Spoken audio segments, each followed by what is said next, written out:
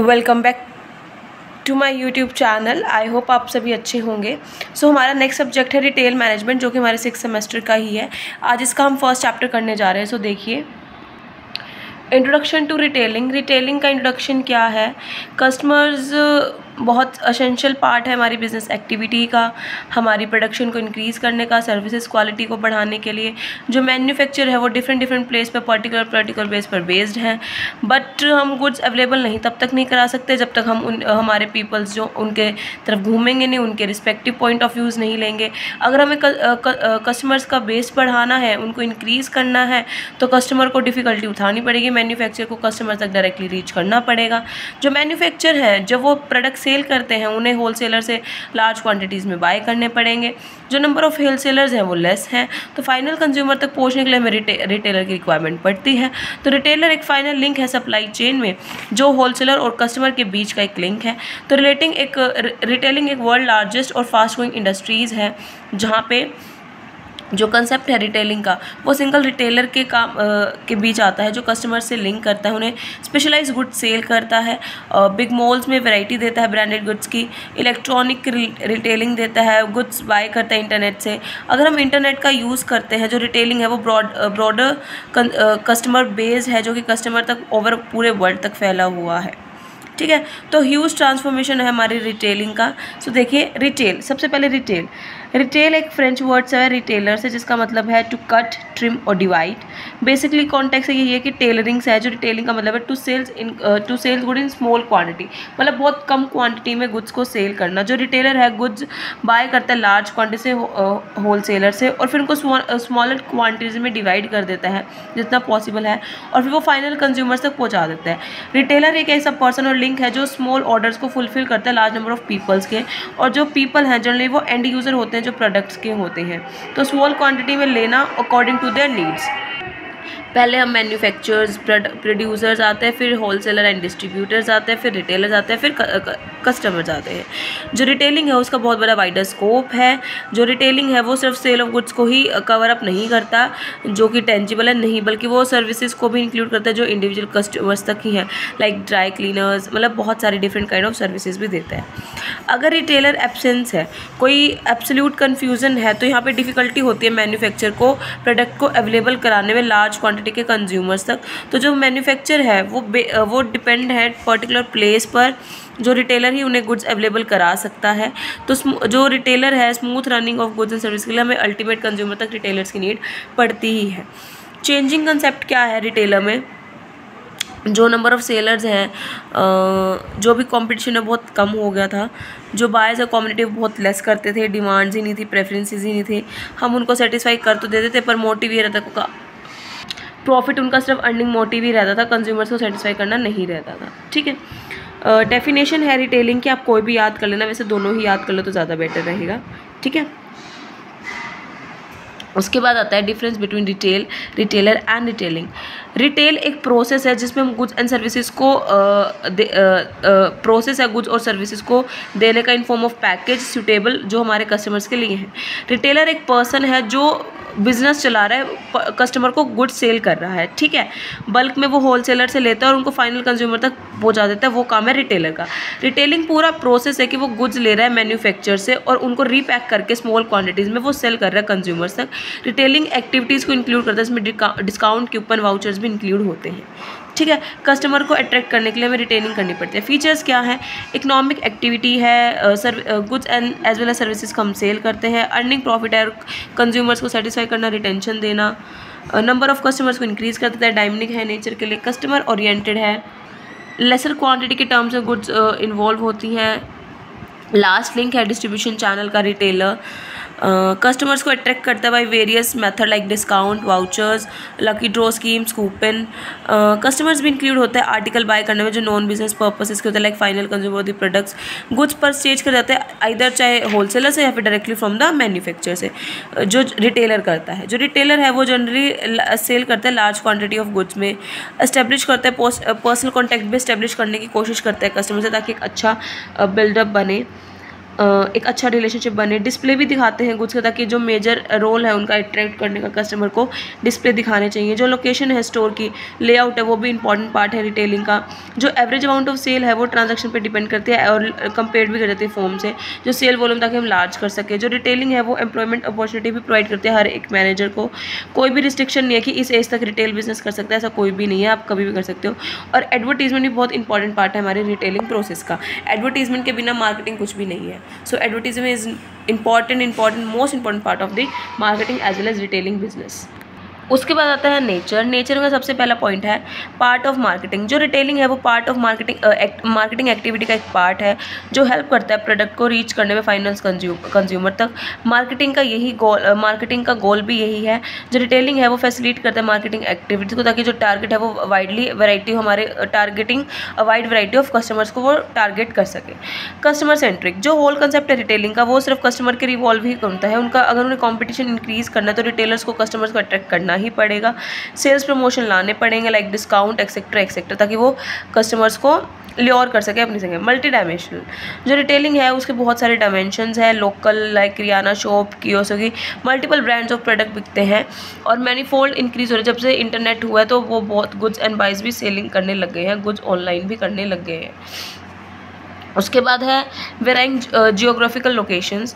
जो हमारा एरिया है रिटेलर्स का वेरीज करता है। लोकल एरियाज़ में बहुत सारे गुड्स भी सेल करता है। जो हमारे कस्टमर्स हैं, जो हमारे सुपर मॉल्स हैं, लार्ज वैरायटी ऑफ कस्टमर्स को मिलती है डिफरेंट एरियाज में, डिफरेंट सिटी में। तो इन सबको जो इंटरनेट ने इंक्रीज़ किया तो रिटेलर को कस्टमर को पूरे ओवर एंड कंट्री अब्रॉड तक भी ढूंढना ही पड़ेगा। ट्रांसफॉर्मेशन। जो रिटेलिंग है फुल फ्लेज बिजनेस है, जहाँ पे हुज ट्रांसफॉर्मेशन हो सकती है। ट्रांसफॉर्मेशन लाइक जनरली किसी भी फॉर्म में हो सकता है, जो भी ऑब्जेक्टिव हमें अचीव करना है। तो इन्होंने कुछ दिए हुए हैं। ट्रांसफॉर्मेशन फॉर्म में मॉडर्न। पहले ये सारी चीज़ें थी, मतलब किराना शॉप, मंडीज, मॉल, हाट, सेलमैन, इंटर। अब क्या हो गया? स्पेशलिटी स्टोर्स, किराना shop, discount shop, departmental store, hypermarket, supermarket, convenience store, modern market चल गई है। ठीक है।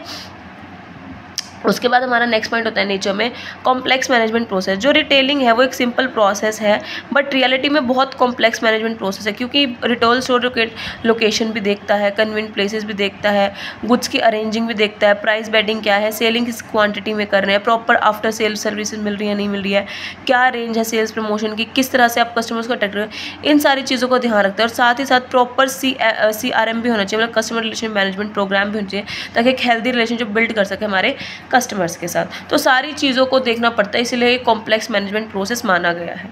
Assortment of products and services. जो रिटेलिंग है वो इन्वॉल्व करता है combination of goods and services. Possible है कि जो हमारे रिटेलर हैं, जो हमारी सर्विसेज हैं, वो सिंगल प्रोडक्ट हैं सक्सेसफुली अचीव कर सकते हैं, तो हमें कस्टमर्स को असॉर्ट करना पड़ता है उनके गुड्स एंड सर्विसेज के। और जैसे बेकर है वो सर्वाइव नहीं कर सकता फ्यू केक ऑफ बिजनेस को, तो उसको सर्वाइव करने के लिए कॉम्पिटिशन में लाना पड़ेगा। उसको पहले प्रॉपर एनवायरनमेंट चाहिए बेक करने के लिए, हेल्दी चाहिए ताकि वो कस्टमर्स पे आई रख सके। फिर उसको वैरायटी चाहिए बिस्किट्स की, अदर प्रोडक्ट्स की। फिर उसको ये ध्यान रखना कन्वेंशनल आइटम्स हैं या नहीं है, उसको अदर आइटम्स भी लानी पड़ेगी, like chocolates, cookies, chips, cold drink, patties, ये सारी चीज़ें लानी पड़ेगी, तब जाके वो सॉर्ट कर पाएगा प्रोडक्ट्स और सर्विसेज में क्या क्या चीज़ें अवेलेबल है। ज़रूरी नहीं कि अगर हम एक चीज़ का बिजनेस करना चाहते हैं तो उसके साथ एक ही चीज़, उसके साथ अदर आइटम्स और सर्विसेज भी आते हैं, वो चीज़ हमें रखनी ही पड़ेगी। उसके बाद हमारा नेक्स्ट पॉइंट आता है स्टडिंग डिमांड पैटर्न्स। जो रिटेलर है उसको रिक्वायर्ड है करंट डिमांड को पैटर्न को अफोर्ड करने की ऑफर करना पड़ेगा। जो भी डिमांड पैटर्न है, जो भी क्वांटिटी ऑफ गुड्स हैं, वो ज़रूरी है उसे बाय करे होलसेलर से। लार्ज क्वांटिटी ऑफ गुड्स लेने पड़ेंगे। अगर हमने स्टडी नहीं करी डिमांड पैटर्न की तो हमें ऑब्सोलेंस देखना पड़ता है हमारे गुड्स का। लार्ज स्टॉक हमें नीडेड पड़ती है स्टोरेज के लिए, तो हमें अरेंज करना पड़ेगा रिटेलर को ताकि वो डिमांड पैटर्न को भी कंप्लीट कर सके। Creation of utility. जो रिटेलर है उसको क्रिएशन लानी पड़ेगी टाइम प्लेस यूटिलिटीज़ की।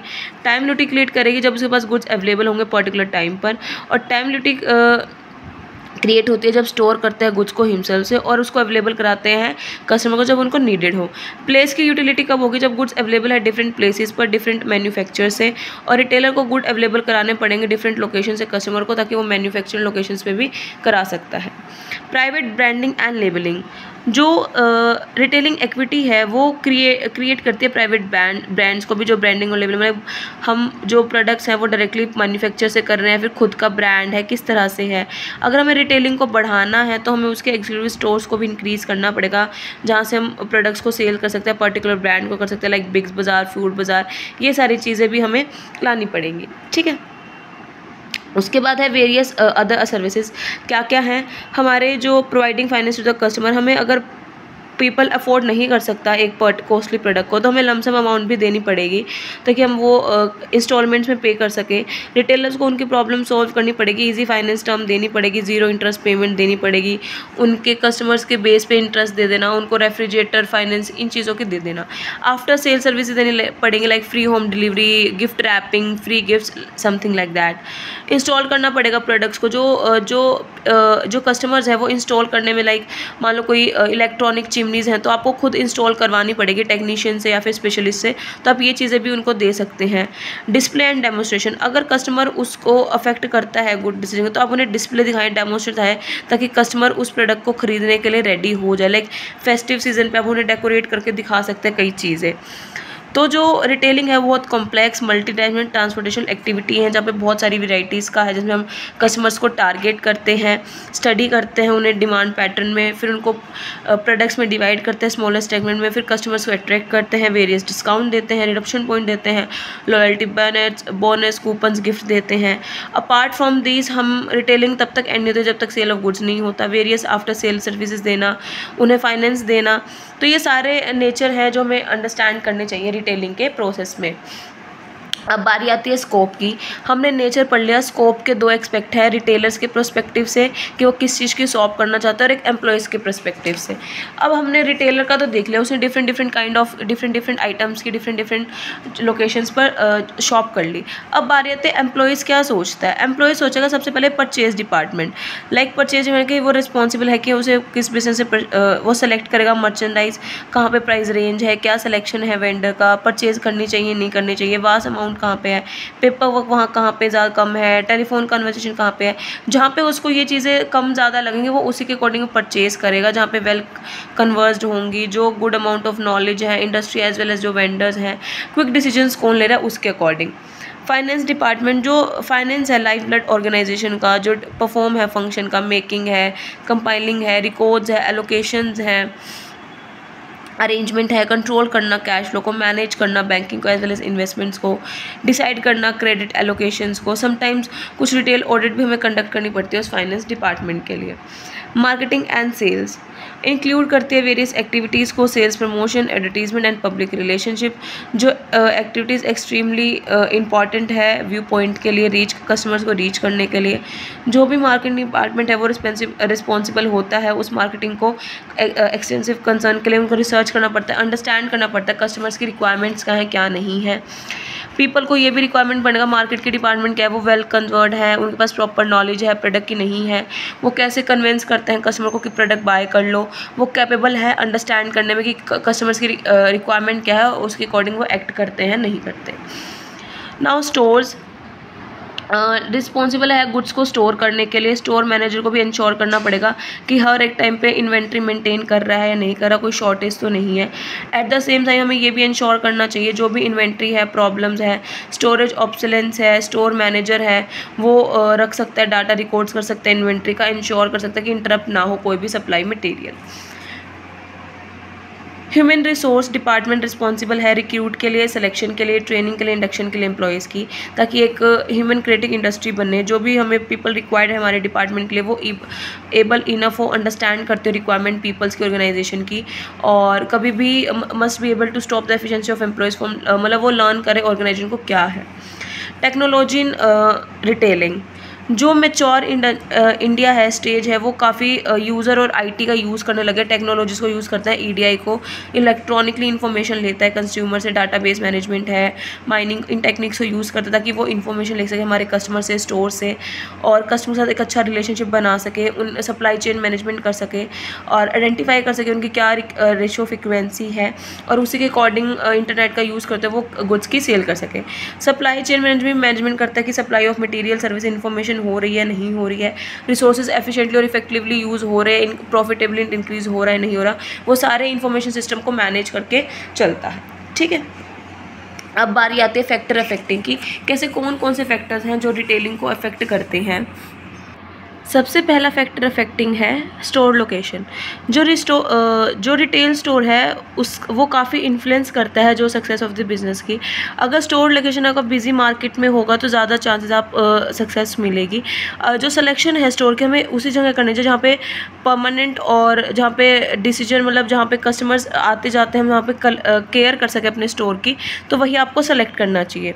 एटमॉस्फेयर, जो एटमॉस्फेयर है आपके स्टोर का वो अच्छा होना चाहिए, जो भी है मतलब अट्रैक्ट करे कस्टमर को, स्मूथ हो, और जो स्टे स्टोर है वो रिस्पेक्टिव हो लोकेशन के अकॉर्डिंग। वैरायटी, कस्टमर्स को वैरायटी काफ़ी अट्रैक्ट करती है, आर्टिकल्स काफ़ी अट्रैक्ट करते हैं, तो कस्टमर्स की एक्सपेक्टेशंस होनी चाहिए, एक्सपेक्ट करते हैं उनके पास काफ़ी वैरायटी हो, फैशंस हो, तो लार्ज वैरायटी के पास आर्टिकल होता है ताकि आप लार्ज नंबर ऑफ कस्टमर्स को अट्रैक्ट कर सके।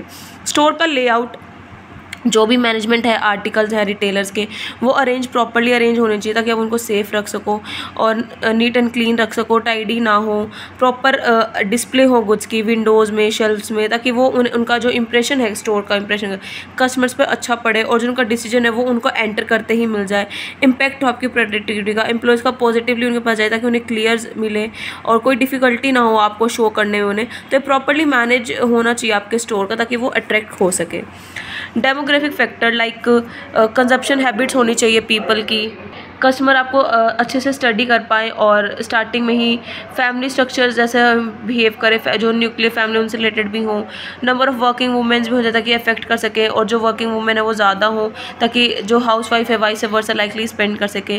कंजप्शन हैबिट्स हो पीपल की, वो जो बाइंग को अफेक्ट करती हैं, तो ब्रांडेड गुड्स हो, रिटेल भी हो, मतलब हर एक वैरायटी का आपके पास होना चाहिए।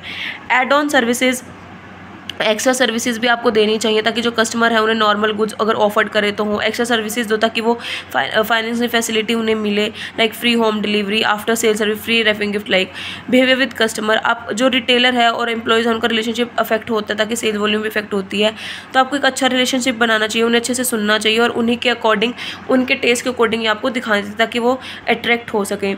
सोशल कल्चर एनवायरनमेंट, जो भी एरिया है अफेक्ट करता है तो आपको फॉलो करना पड़ेगा सोशल कल्चर को भी, मॉरल वैल्यूज़ को भी, ताकि वो ईजिली आए और आप इजिली ऑपरेट कर सकें। ठीक है, तो जो नेक्स्ट टॉपिक है रिटेलिंग इन इंडिया, ये वाला नहीं करना, ये नहीं आता एग्जाम में, तो फर्स्ट चैप्टर में इतना ही इंपॉर्टेंट था, जो इंपॉर्टेंट टॉपिक्स है वो मैंने अच्छे से करा दिए। अगर कोई डाउट हो यू कैन आस्क मी, आप मुझसे पूछ सकते हैं ईमेल आईडी के थ्रू, टेलीग्राम यूज़र नेम के थ्रू और मेरी इंस्टाग्राम आईडी पे। और वीडियो को लाइक शेयर कमेंट कर देना, चैनल को सब्सक्राइब कर देना। Thank you, have a nice day. कल मिलते हैं न्यू वीडियो।